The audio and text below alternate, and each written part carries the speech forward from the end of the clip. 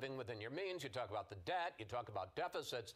The Trump tax cuts, which were passed in 2017, the year before you were elected to the Senate, is estimated by the Congressional Budget Office that it is going to increase the deficit by over $2 trillion over 11 years. So should the Trump tax cuts be repealed? My experience is I cut taxes and fees 100 times, over $10 billion, and I actually balanced a budget and paid off a third of the state debt. You can do both. The way you do it is you look at every line of your budget.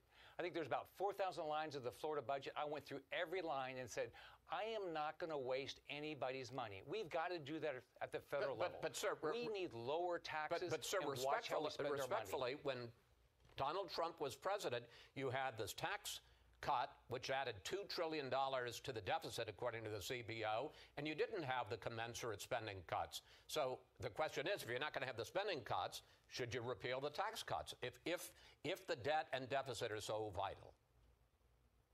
Well, first off, I am not raising anybody's taxes. I want lower taxes. I want to watch how we spend our money. I've been in the Senate now 2 years and 9 months. The amount of waste is staggering. Americans should be furious with the way money is spent in the Senate and in all Congress. It's your money. It's not government's money. We've got to figure out how to live within our means. I did it at the state level and actually paid off the third of the state debt. We've got to look at every line, take every line of the budget. Don't say, well, you know, that's only $1 billion. It's $1 billion. That's a lot of money. We should watch how we spend every dollar, and we're not doing that. I want to ask you about a non-budget related issue, but it involves real money. There is a report out this week that the Biden administration is considering giving huge payouts, up to $450,000 per person, to families that were separated at the border during the Trump administration. Now, the argument they make is if this goes to court, and their settlements may be even bigger. But what is your thought about that, about paying $450,000 per person to people who came across the border in the first place illegally? What are we thinking? Why would we be doing this? They broke our laws.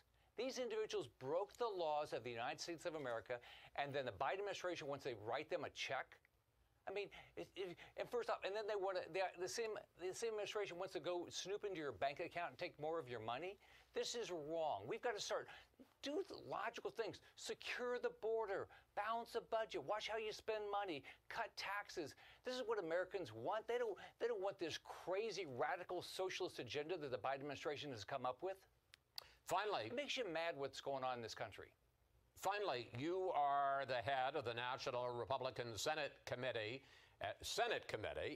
but I want to ask you about the governor's race in Virginia on Tuesday, because in a state that has trended from red to purple to now kind of blue, right at this point, Glenn Youngkin, the Republican, is in a neck-and-neck fight, according to the Fox poll. He's ahead of Democratic former Governor Terry McAuliffe. If Youngkin wins, and if he does well in the suburbs, which have been bleeding support for the Republicans, what kind of a blueprint will that set for you as you chart Senate races in the 2022 midterms?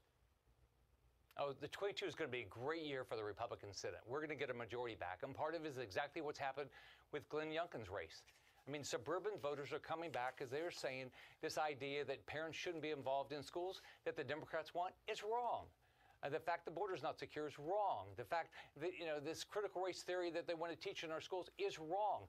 Parents are coming back. We're going to win the Hispanic vote, we're going to win the suburban vote, and we're going to have a majority in the U.S. Senate. And by the way, if you want to help, you can go to nrsc.org and help us raise money to get more Republican senators, because we're going to change this country. And real quickly, 30 seconds, you see Terry McAuliffe, he's campaigning as much against Donald Trump as he is against Glenn Youngkin. Now, there's some feeling that that helped Gavin Newsom in the recall in California.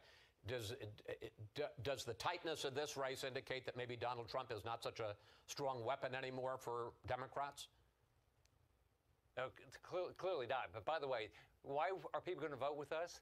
They want a secure border. They want parents involved in schools. They want to fund the police. They don't want this ridiculous inflation. And they like an administration will actually show up and do something and come up with problems rather than just be simple commentators and say, oh, yeah, we have a problem, but we have no solution.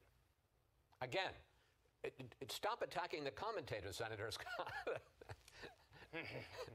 But they got elected to do something else. That's true. That's true. And good for the country that we're not elected. Senator Scott, thank you. Thanks for joining us. We'll be following developments on Capitol Hill closely this week.